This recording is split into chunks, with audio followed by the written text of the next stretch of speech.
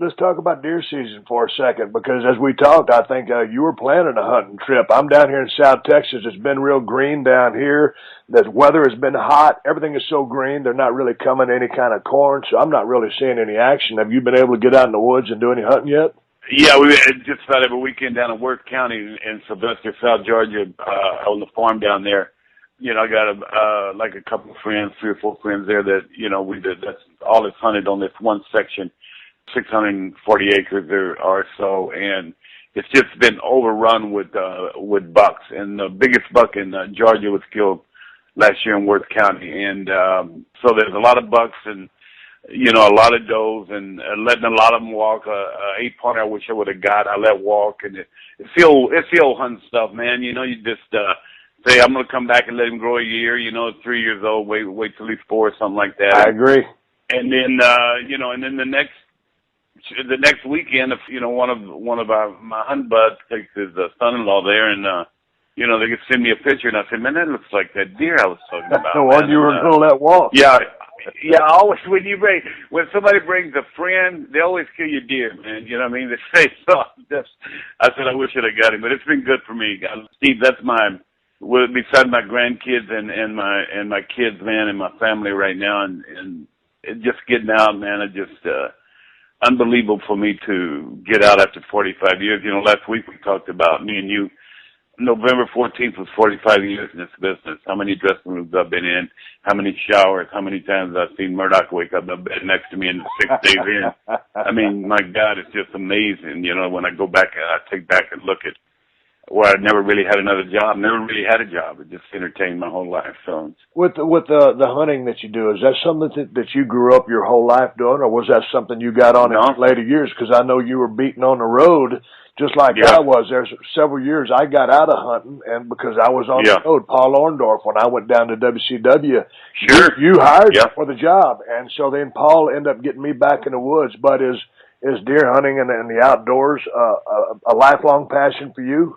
Yeah, I've always enjoyed it because my dad, God rest his soul, when out of Austin we would go to San Antonio, Randolph Air Force Base, and and then even south going towards Uvalde.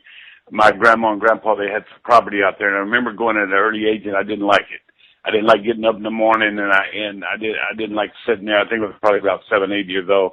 I was into Little League baseball and all this stuff, and football in South Texas. So I'd go down there with him, and he would give me a 30-30, no scope, and and he would try to not make me, but just wanted me to be with him. You know what I mean? And and I would do it and sit there, and then it was, man, a lot of time went by, and then it wasn't until probably in the 1990s when the Eric Bischoff debacle and all that came about at WCW, and I ended up kind of just, being irrelevant as far as having to work every day, and so I just started back, man, and then Dustin, my oldest son, Goldust, he hunts with me, and Cody's the Prince of Pro Wrestling, as we call him. He has nothing to do with it. He would go if I asked him, but when I got back into it, Steve, when I jumped back into the hunt scene, it was like I had missed it, but I really didn't know it, and I had to learn everything. There's an art to it. I mean, you just can't go out and I've always been a rifle carrier and always went out and shot, but when I got back into it and really, for me, if I'm in a blind and I talk to you on the phone, it's because just being out there and just that peace of mind, because after 45 years, I found out that peace of mind is the most important thing. It overshadows money, overshadows everything else, because if you took all the knives that are in my back that I've been stabbed through the years and all the bullshit stories that I had to lay on people to get them to do something that I wanted to do, and you put it all together, it's just, I just wanted some peace of mind here before I got too late into my 60s. You hit the nail right on the head. I mean, sure, when you go out, it'd be great to come back with a big-ass buck. That's wonderful. But most of the time, you do not, just because that's just simply hunting. And the point I'm getting at is it's just being in the woods, enjoying myself, the peace, tranquility, being in the middle of nowhere, seeing Mother Nature and watching things go down. It ain't necessarily always, it's never about the kill. that goes with it if you're lucky enough to happen upon something that you want to take. But I just enjoy the peaceful, the quietness, and being able just to take a deep breath of fresh air and just chill and relax and take all that, whatever's going on in life